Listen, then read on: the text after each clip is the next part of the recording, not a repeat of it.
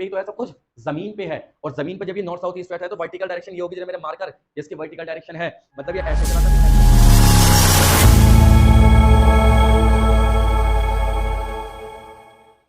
Hello दोस्तों, कैसे हो सब? बढ़िया। Welcome to the Numas academy.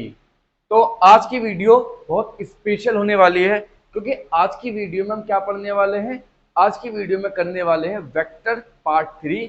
और इस पार्ट 3 में ये प्योरली न्यूमेरिकल बेस्ड वीडियो होगी। हमने पार्ट 2 पहले ही कवर कर लिए वेक्टर के। पार्ट 1 एंड पार्ट 2 में हमने थ्योरेटिकल पोर्शन कवर किया और जानने की कोशिश की कि व्हाट इज द वेक्टर, कोशिश की कि रियल में वेक्टर होता क्या है।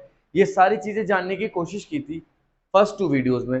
जिन बच्चों ने वो दोनों वीडियोस नहीं देखी, ऊपर आई बटन पे क्लिक करके देख सकते हैं, फ्री है, आराम से देखो। यूट्यूब पे ऐसी की ऐसी रखी है, 1.5 की स्पीड पे देखना आराम से और नोट्स बनाते रहना। लेकिन आज की जो वीडियो है, आज स्टार्ट करने वाले हैं न्यूमेरिकल्स पार्ट 3 वेक्टर्स का। और इसमें हम क्या करेंगे?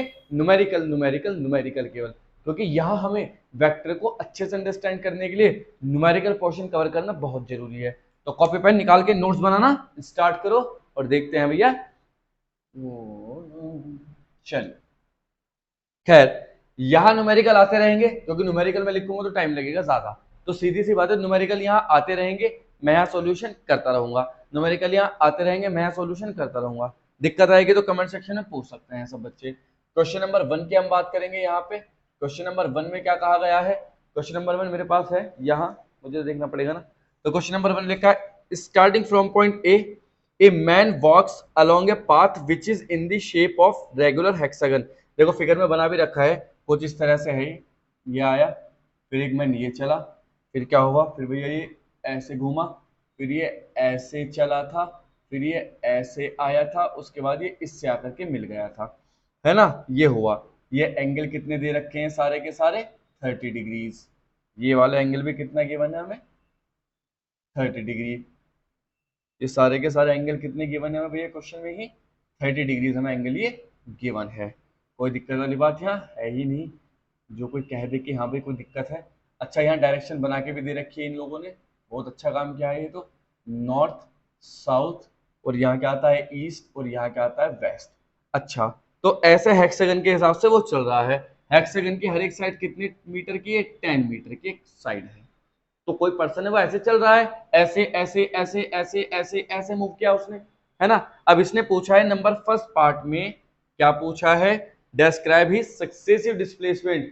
सक्सेसिवली उसने कितना डिस्प्लेसमेंट किया वो बताना है। तो मान लो ये पॉइंट ए हुआ, ये बी, ये सी, डी, ई, एफ, और यहाँ क्या आ जाएगा? बस ए ही है। तो क्या लिखेंगे? Successive displacement. तो डिस्प्लेसमेंट की बात करें तो लिखेंगे 4ab। 4ab।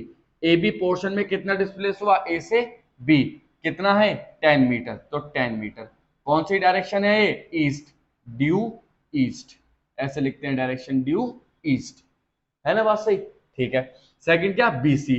बीसी में कितना डिस्प्लेसमेंट किया? डिस्प्लेसमेंट तो अभी भी 10 ही रहेगा, 10 मीटर। लेकिन ये कौन सी डायरेक्शन में? देखो बीसी ऐसे, मतलब ऐसे। ये कौन सा? East north. क्या होगा? East and north. 30 डिग्री पे, 30 डिग्री पे मूव करा, साफ साफ दिखाई दे रहा 30 पे। ऐसे ही सीडी, सीडी के लिए कितना डायरेक्शन मूव होगा? ऐसे चला, ये कौन सी डायरेक्शन है? North west, 10 metre due north west. बात सही है, हमें तो फिगर के अकॉर्डिंग चलना है। ऐसे अब क्या पता? डीई, डीई पोर्शन में कितना होगा भैया? डीई सीधा जा रहा है तो 10 मीटर तो रहेगा ही अभी भी, लेकिन ये कौन सी डायरेक्शन है? वेस्ट है डायरेक्टली, तो ड्यू वेस्ट आ जाएगा। यहां नीचे आ जाएंगे, यहाँ तो ई एफ, ई एफ कौन सी डायरेक्शन है भैया? नीचे की तरफ को, मतलब ये ऐसे है तो साउथ वेस्ट, 10 मीटर कौन सी डायरेक्शन? साउथ वेस्ट, ठीक है ना? और बचा क्या हमारे पास? F A. और एफ ए में क्या कर सकते हैं हम? नीचे आ रहा तो मतलब ये ऐसे, तो क्या हो जाएगा? 10 मीटर ही रहेगा साउथ ईस्ट। लो भैया, ये है सिंपल सा क्वेश्चन, जो देखने में हार्ड लगता है लेकिन सॉल्यूशन में इजी है। अच्छा, बी पार्ट में क्या कहा गया है? बी पार्ट में कहा था इसका, what is the total displacement. Point A का मतलब यहां से स्टार्ट किया, टोटल कितना डिस्प्लेसमेंट हुआ? हम सब जानते हैं ए से चलना स्टार्ट किया, वापस ए पे आया, तो टोटल डिस्प्लेसमेंट जो होगा वो तो जीरो होगा ना यार। अरे डिस्प्लेसमेंट क्या होता है? Shortest path. शॉर्टेस्ट पाथ क्या है? ए से ए पे रहे, कहीं जाए ना, तो डिस्प्लेसमेंट हुआ। हाँ डिस्टेंस हो जाती 10 10 10 10 सब गिन गिना के, है ना। ठीक है, तो क्वेश्चन समझ में आया, अच्छा हुआ, बढ़िया, चलो उतार लो इसे, है ना। नेक्स्ट क्वेश्चन की तरफ बढ़ते हैं हम। जितने ज्यादा क्वेश्चन हो जाएंगे उतने ज्यादा क्वेश्चन करेंगे, टेंशन नहीं लेने का, आराम से देखो। क्वेश्चन नंबर 2 देखो भाई, यहाँ क्वेश्चन नंबर 2 में क्या है, इसमें क्या, prove that when the angle between two vectors of equal magnitude is 2/π/3, मतलब एंगल जो है दो वेक्टर्स का 2π/3 गिवन है हमें, the magnitude their resultant is equal to the either of them, तो इन दोनों का जो मैग्नीट्यूड होगा वो किसी भी एक के इक्वल होगा। Prove that when the angle between two vectors of equal magnitude, दो वेक्टर है इक्वल मैग्नीट्यूड के, तो मतलब क्या कहा, मान लो एक वेक्टर है ए और एक वेक्टर है बी, इन दोनों के बीच का एंगल कितना हुआ 120 डिग्री, ये ए है ये बी है। अब क्वेश्चन में कहा गया कि वेक्टर ए, जो ए है वो किसके इक्वल है, बी के मैग्नीट्यूड में इक्वल है। तो हमसे क्या पूछा गया, हमसे पूछा है क्या फाइंड करना है, हमें हमें बताना है कि जो इन दोनों का रिजल्टेंट होगा किसी भी एक वेक्टर के इक्वल होगा, चाहे वो ए के इक्वल हो जाए चाहे वो बी के इक्वल हो जाए। तो हम जानते हैं रिजल्टेंट निकालने का तरीका, R square is equal to A square plus B square plus 2ab cos theta, ये तो जानते ही हम। अब आर स्क्वायर इक्वल टू क्या हो जाएगा, ए कितना है ए स्क्वायर, ए कितना है ए स्क्वायर प्लस बी कितना है ए के बराबर, तो ए स्क्वायर प्लस 2a इतना और बी कितना ए, कॉस थीटा कितना 2π/3 हो जाएगा। यहाँ से क्या कर सकते हैं, आर स्क्वायर इक्वल टू ए और ए 2a square plus 2a square, इसकी वैल्यू माइनस के 1/2 होती है, कॉस 2π/3 की वैल्यू, इससे ये कैंसिल हो जाएगा, तो R square will be equal to 2a square minus A square, मतलब R square equal to A square, square से स्क्वायर कैंसिल, क्या बचेगा आर इक्वल टू ए। तो यही तो प्रूफ करना था कि जो रिजल्टेंट है दोनों वेक्टर का वो दोनों में से किसी भी एक वेक्टर के इक्वल हो सकता है, तो ए के इक्वल कर दिया। बी के इक्वल कैसे होता है, जब तुम बी की जगह ए पुट कर, वो ए की जगह बी पुट कर देते, तो आर इक्वल टू बी आ जाता, सिंपल है ना, आसान क्वेश्चन था, कोई दिक्कत थोड़ी ना इसमें थी। चलिए नेक्स्ट क्वेश्चन की तरफ बढ़ते हैं, नोट करते चलना भाई, देखो ये है ना, नोट करते चलोगे तो फायदा तुम्हारा है, इसमें तो कोई शक वाली बात है ही नहीं।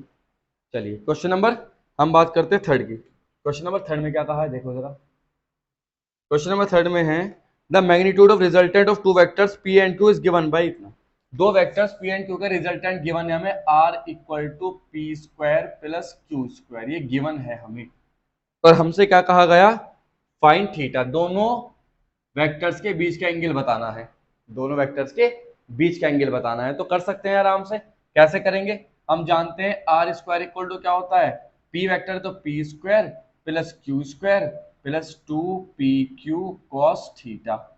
अब आर स्क्वायर की वैल्यू दे रखी है, p square plus Q square equal to P square plus Q square plus 2pq cos theta हो जाएगा, p से p कैंसिल, q से q कैंसिल, जीरो बचेगा यहाँ, 2pq कॉस थीटा हो जाएगा, ये वहां जाएगा तो कॉस थीटा की वैल्यू क्या हो जाएगी 0, या थीटा की वैल्यू कितनी हो जाएगी 90 डिग्री, कॉस 0 की वैल्यू क्या होती है 90, अरे है ना, तो थीटा 90 हो जाएगा यहाँ पे, आसान क्वेश्चन था, कोई दिक्कत वाली बात तो है ही नहीं ना, यहाँ आराम से कर सकते हैं। क्वेश्चन नंबर 4 की अगर हम बात करें, चलो वहां कर देंगे, क्वेश्चन नंबर 4 क्या है देखो यहीं पे, क्वेश्चन नंबर 4 में क्या कहा है, find the resultant of two forces, one 6 Newton due east, other 8 Newton north, एक तो 6 न्यूटन लगा है ईस्ट पे और 8 न्यूटन लगा है नॉर्थ पे, देखो ये नॉर्थ होता है और ये क्या होता था ईस्ट, तो ऐसे दोनों एक दूसरे के कितने परपेंडिकुलर 90 पे, दोनों को नेट कहाँ निकलेगा आर बीच में, तो रिजल्टेंट ही तो बताना है ना, आराम से कर सकते हैं, देखो आर स्क्वायर इक्वल टू क्या होगा 6 square plus 8 square plus 2 into 6 into 8 cos theta की वैल्यू 90, तो आर स्क्वायर इक्वल टू क्या मिलेगा 36 प्लस 64 प्लस जो भी आएगा जीरो हो जाएगा, cos 90 की वैल्यू जीरो होती है, cos 90 की वैल्यू जीरो होती है तो जीरो हो ही जाएगा ना, इसमें तो कोई शक वाली बात ही नहीं, तो क्या बचेगा आर स्क्वायर इक्वल टू 100 हो जाएगा, या आर की वैल्यू हो जाएगी 10 न्यूटन, तो आर कितना है भैया 10 न्यूटन। अगर हमें डायरेक्शन बतानी हो, अगर हमें क्या बतानी हो, डायरेक्शन बतानी हो, मान लो एंगल कितना हुआ अल्फा, हमें डायरेक्शन बतानी है, तो 10 अल्फा कितना हो जाएगा, 10 अल्फा हो जाएगा भैया ये 8 sine 90 upon 6 plus 8 cos 90, 8 sine 90 की वैल्यू 1 अपॉन 6 प्लस 0 क्या आएगा 8/6 मतलब 4/3। तो अल्फा हो जाएगा यहाँ से 10 इनवर्स 4/3।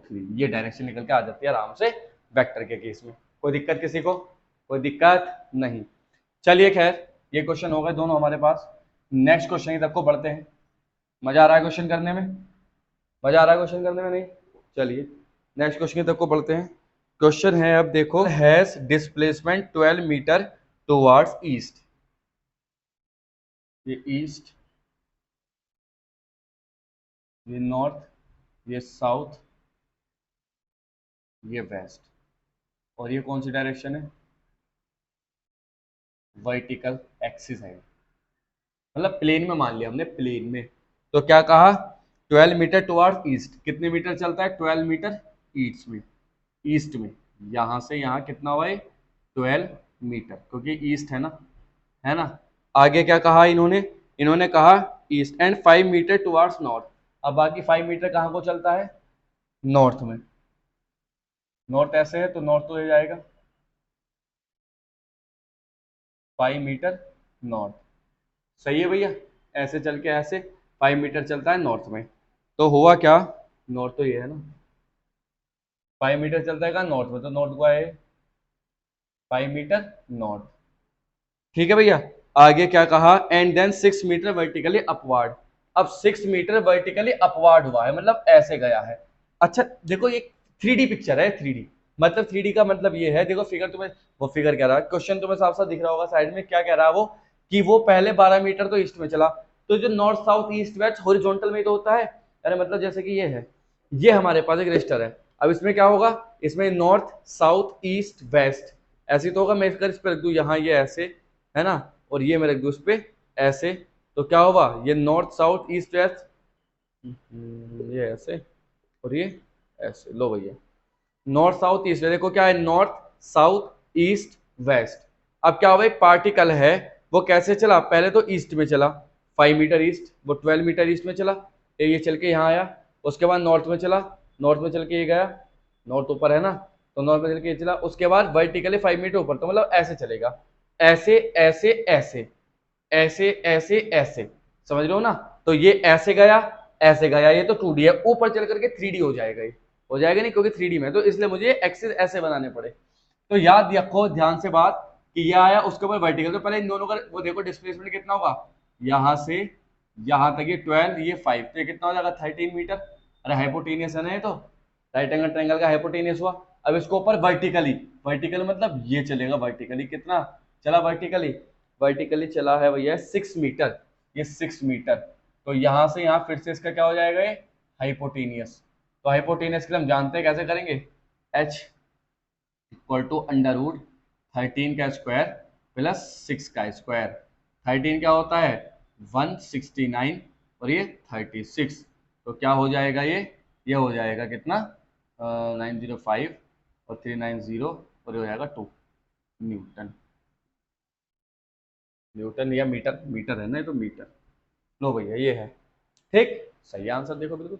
तो कोई दिक्कत वाली बात नहीं। ऐसे 3D के क्वेश्चन भी आ जाते हैं वेक्टर में। याद होने चाहिए कि किस डायरेक्शन में कोई पर्सन चल रहा है और कैसे हम उसके मोशन को टैकल कर रहे हैं, ट्रैक कर रहे हैं। हमें ये पता होना चाहिए कि कौन सा मोशन 2D में है, कौन सा मोशन 3D में है। अगर साफ साफ कहा है कि north south east west vertical upward downward ऐसे कहा, तो समझ लो 3D मोशन है।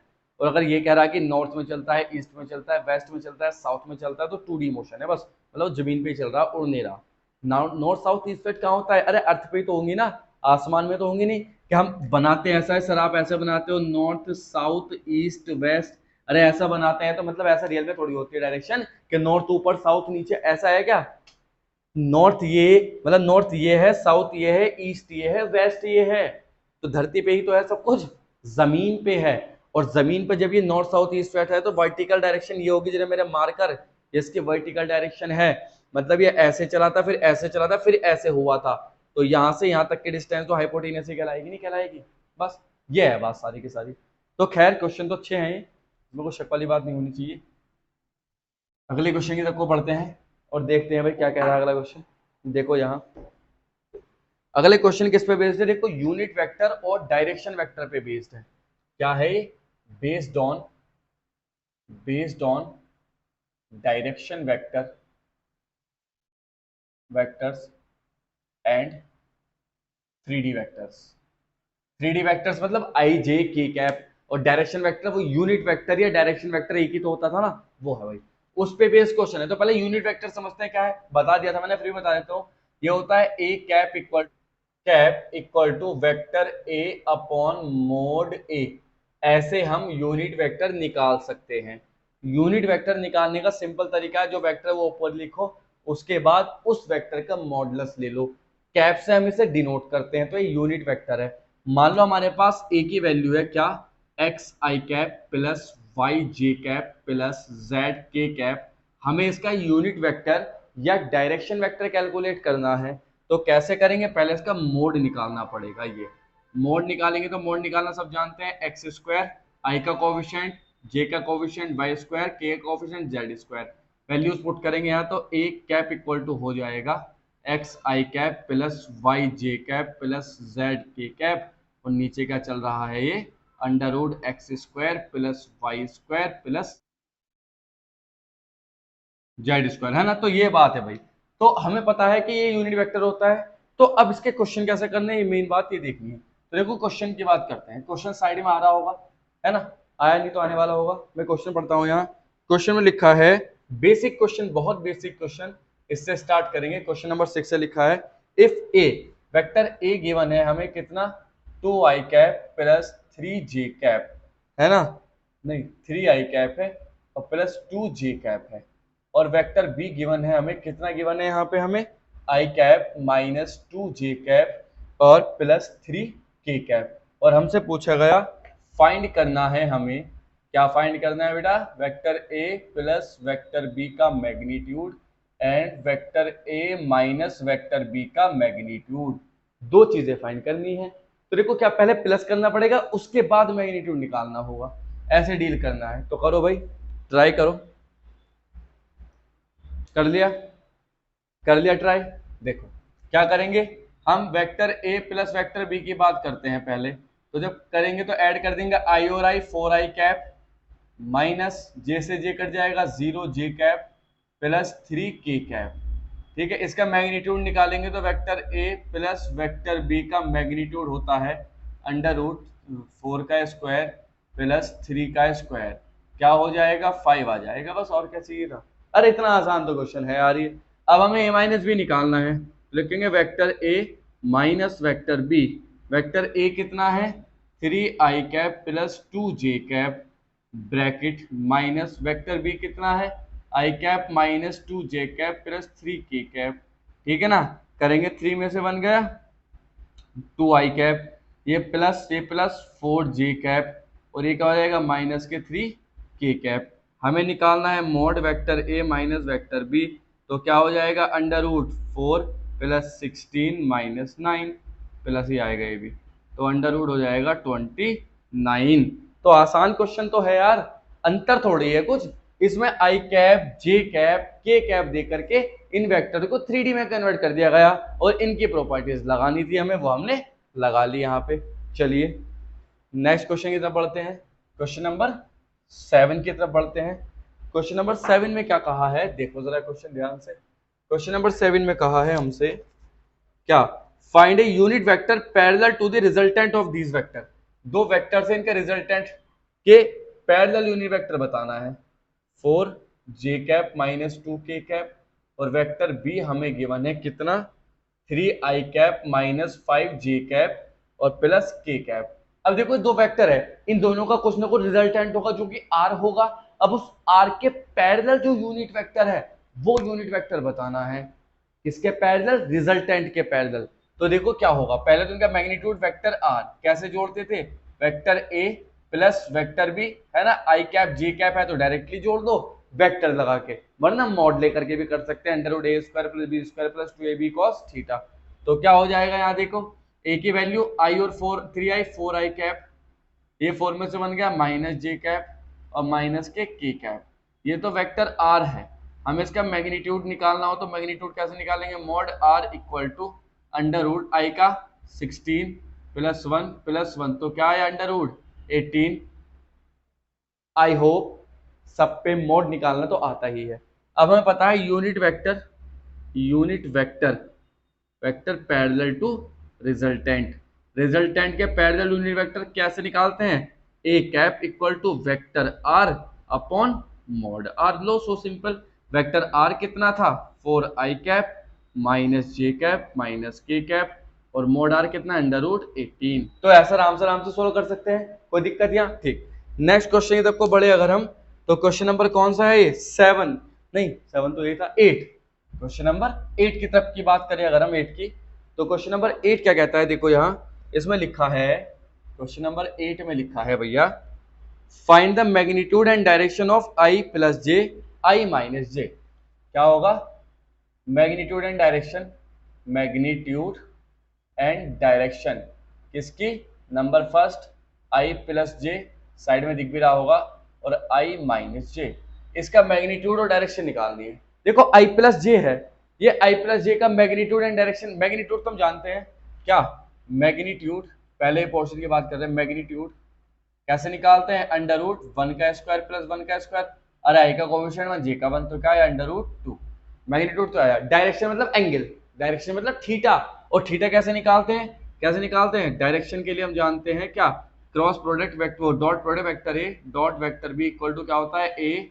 B cos theta. अगर ये ए हो तो ए की वैल्यू आई प्लस जे कैप, मान लो ए है, बी क्या है, जब कुछ नहीं तो आई, एक्स एक्सिस के लिए कर रहे हैं ना, तो आई इक्वल टू ए क्या है मोड रूट 2, बी का मोड 1, कॉस थीटा की जगह थीटा 1 मान लो यहाँ, तो इसकी इससे मल्टीप्लाई आई के आई से 1 प्लस आई की जे से 0 equal to root 2 cos theta 1, ये नीचे आएगा तो cos theta 1 equal to 1 by root 2 या थीटा 1 इक्वल टू 45 डिग्री। लो भैया ये आ गया हमारे पास एंगल दोनों के बीच का, या डायरेक्शन कह सकते हैं। सेकंड पार्ट में क्या कहा था, इसके बीच का निकालना है आई माइनस जे का, ये तो होमवर्क में है, कर सकते हैं, आई से मल्टीप्लाई ही करनी है बस, है ना, डॉट प्रोडक्ट निकालनी थी बस की, और क्या, कोई दिक्कत ही नहीं। क्वेश्चन नंबर 8 हो गए, अब आगे क्या करते हैं,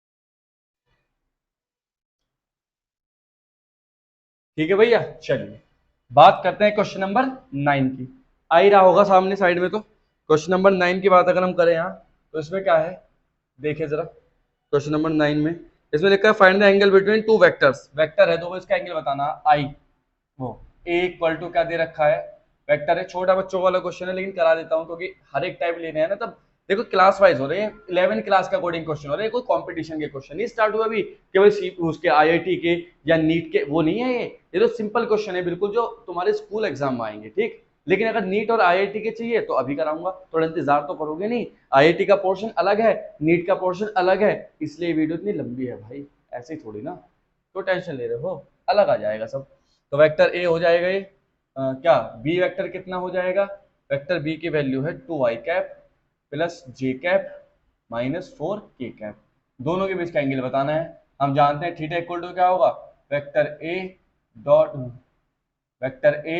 dot vector B upon mod A और मॉड बी, यही तो है ना, cos theta equal to B cos theta,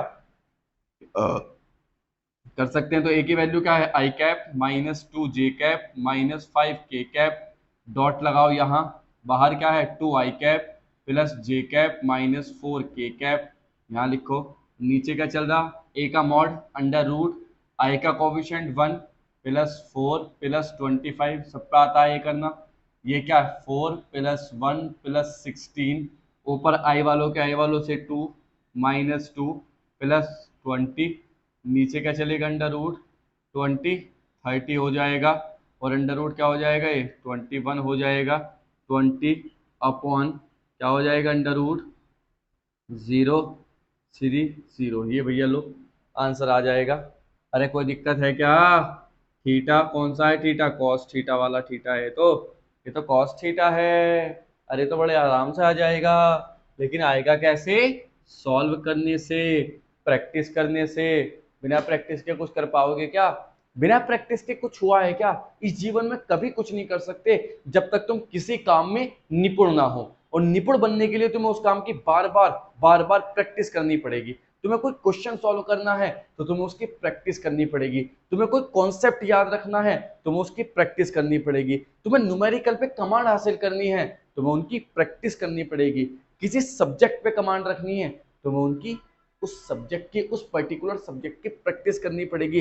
अपने आप को इतना पागल बना दो, अपने आप को इतना पागल बना दो किसी भी चीज को सीखने के लिए कि तुम ना कहो कि मुझे वो सीखनी है, वो चीज कह के हाँ मैं तुझे सीख जाऊंगी, ठीक है ना, मैं तुझे सीख जाऊंगी। और ये दीवानगी कैसे आएगी? ये दीवानगी आएगी जुनून से। जुनून कैसे पैदा होगा? जब तुम्हें वो काम करने में मजा आएगा। और मजा कब आएगा? जब तुम अपना गोल सेट रखोगे कि मुझे ये बनना है और मुझे यही बनना है, इससे नीचे का नहीं चाहिए मुझे, इससे ऊपर का ही चाहिए। मैंने ये गोल सेट करके रखा है, अगर ये अचीव हुआ तो ठीक, वरना इससे ऊपर के लिए तैयारी करूंगा, इससे नीचे नहीं जाऊंगा।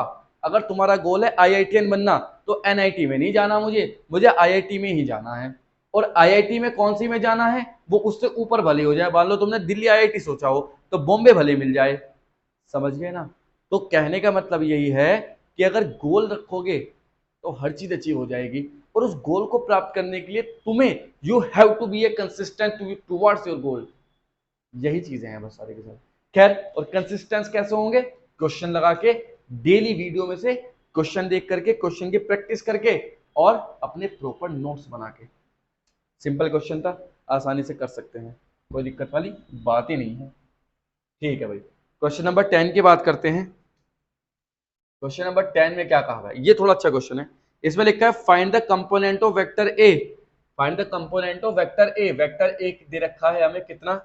2i cap plus 3j cap, है ना, along the direction of vector I plus j and I minus j, I plus j and I minus j। हमें इस वेक्टर ए के कंपोनेंट बताने हैं। किसकी डायरेक्शन में? इसकी डायरेक्शन में। किसके साथ? इसके साथ। इस कंपोनेंट बताने हैं इसकी डायरेक्शन में, इनके साथ कंपोनेंट बताने हैं। अब तुम्हें पता है डायरेक्शन शब्द आया है, अगर मुझे इसके कंपोनेंट इनके साथ निकालने हो, इसके कंपोनेंट इनके साथ निकालना हो इनकी डायरेक्शन में, तो कैसे निकाल पाएंगे? सीधी सी बात है, हमारे पास एक टूल है और जिसका नाम है डायरेक्शन वेक्टर। डायरेक्शन वेक्टर का हेल्प करके, डायरेक्शन वेक्टर की हेल्प से हम यहां से कंपोनेंट निकाल सकते हैं वेक्टर ए के। अब यहाँ कितने हैं? दो, आई प्लस जे, आई माइनस जे। तो इन दो के साथ, इन दो के अलोंग हमें इसकी डायरेक्शन निकालनी है ना? तो हमें दो डायरेक्शन वेक्टर मानने पड़ेंगे। तो क्या लिखा? Let direction vector of I plus j is A cap and i minus j is B cap. Direction vector चाहिए। अब इसका पहले मैग्नीट्यूड निकाल, देखो ये है ये, तो ए कैप इक्वल टू क्या होता है? क्या होगा ए कैप? इसका डायरेक्शन वेक्टर कैसे निकालते हैं? डायरेक्शन वेक्टर निकालने का सिंपल सा तरीका है हमारे पास। इसका डायरेक्शन वेक्टर इसके रेस्पेक्ट में निकालना है तो I plus J upon under root two, ऐसे इसका कोफिशिएंट का स्क्वायर, इसका कोफिशिएंट का स्क्वायर। ऐसे बी निकालना है मान लो मुझे, तो इसका निकालना है ना, तो I minus J upon under root two. क्या कोई दिक्कत? दोनों के डायरेक्शन वेक्टर तो आ गए ना ये। अब हमें डायरेक्शन चाहिए, तो डायरेक्शन कैसे कैलकुलेट करेंगे? लिखेंगे here we get direction by doing scalar product. Scalar product करके हमें डायरेक्शन मिल जाती है। तो कैसे डायरेक्शन करेंगे? देखो ये है बड़ा वेक्टर, तो वेक्टर ए, इसके डॉट करेंगे किसके? डायरेक्शन वेक्टर के साथ।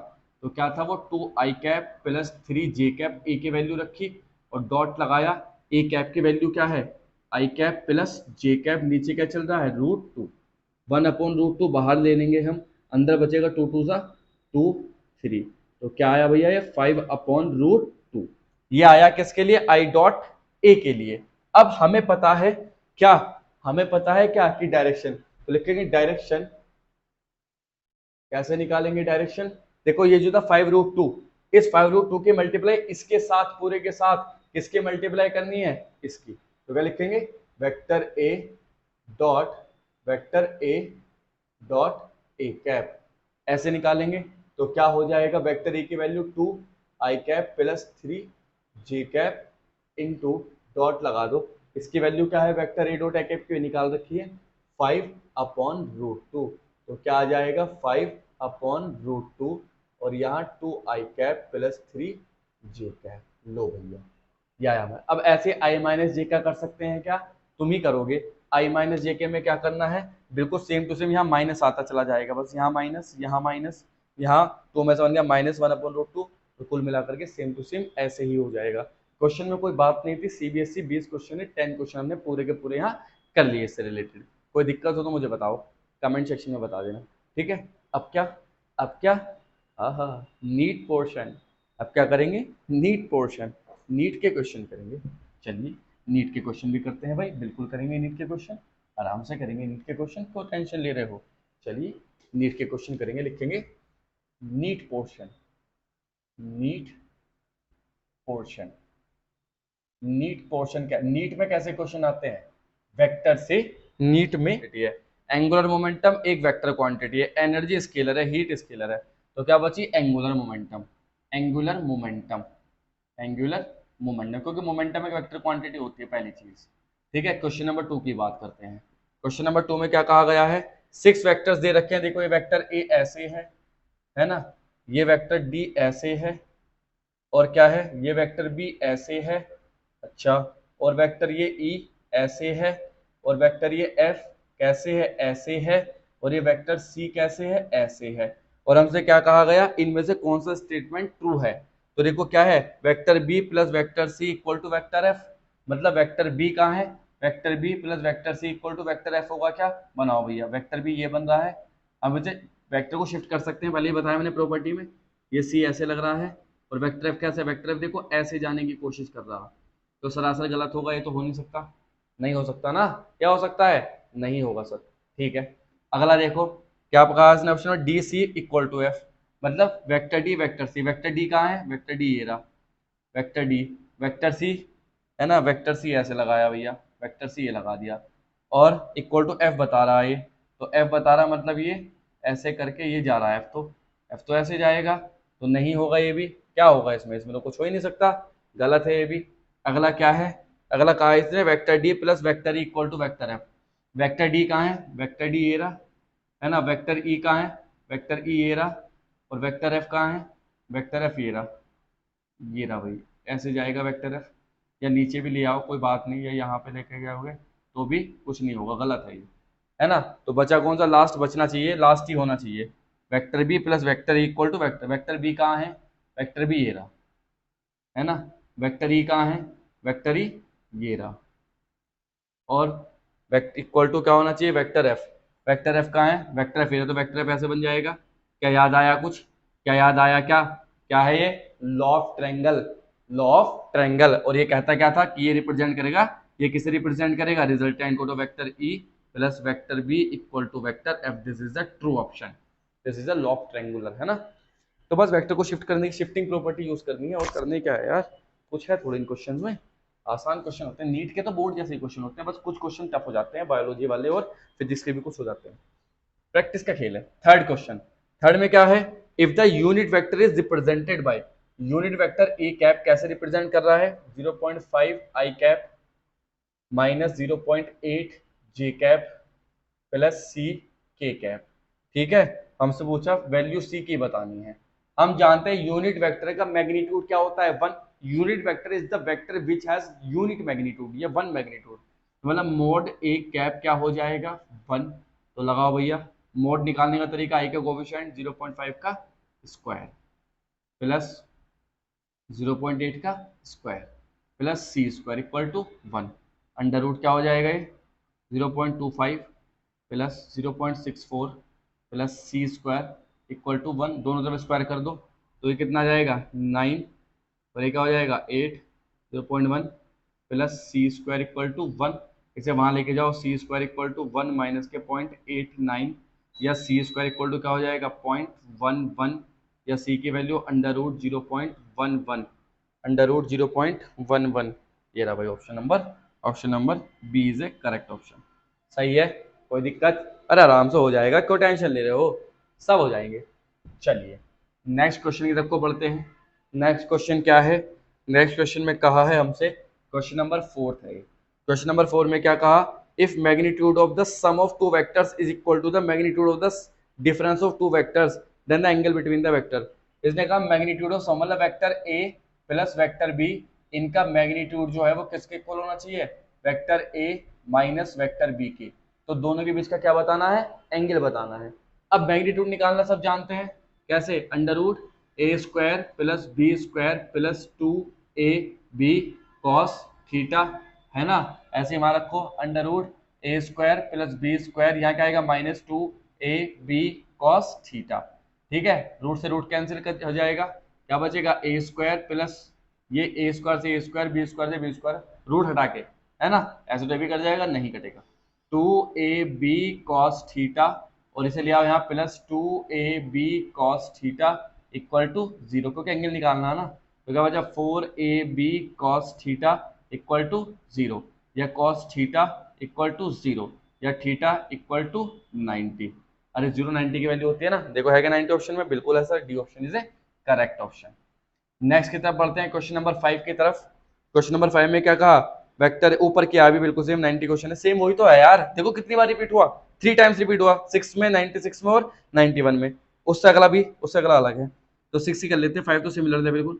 6 क्वेश्चन में क्या कहा गया है, vector A plus vector B equal to modulus vector A, ये अलग है, मॉड वेक्टर बी अलग है। पहले एक साथ दिया था, अब क्या अलग अलग दे दिया।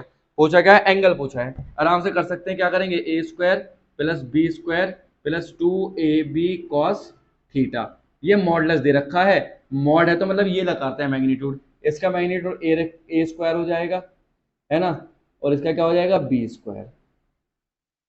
ठीक है ना बात, चलिए बढ़िया बात है। तो अब क्या किया जाए, ये अंडर रूट के अंदर हो जाएगा, तो ए और ये बी ही रहेगा मैग्नीट्यूड का मतलब इसका। अब क्या करो, स्क्वायर कर दो दोनों तरफ, तो A square plus B square plus 2ab cos theta equal to क्या हो जाएगा, ए प्लस बी का होल स्क्वायर। जब ऐसा करेंगे तो A square plus B square plus 2ab cos theta equal to A square plus B square plus 2ab, ये बैठेगा हमारे पास, ये पूरा का पूरा पोर्शन कट जाएगा यहाँ से, और क्या आ जाएगा हमारे पास भला, 2ab cos theta minus 2ab equal to 0, या कॉस थीटा -1 इक्वल टू 0, या कॉस थीटा इक्वल टू 1, या थीटा इक्वल टू 0 डिग्री। कुछ नहीं आएगा, 0 डिग्री आ जाएगा। है 0 डिग्री, बिल्कुल सही है, 0 डिग्री आंसर है भैया इसमें। चलो भाई ठीक है ना बात। तो ये हमारे पास कुछ क्वेश्चन थे नीट से रिलेटेड, जो हम आराम से कर सकते हैं, प्रीवियस ईयर के क्वेश्चंस थे, आराम से कर लिए हमने। बहुत क्वेश्चन है वैसे प्रैक्टिस के लिए, प्रैक्टिस के लिए मैं क्वेश्चन डाल दूंगा और करा दूंगा, टेंशन नहीं लेने का। आगे क्वेश्चन करते हैं और बाकी, है ना।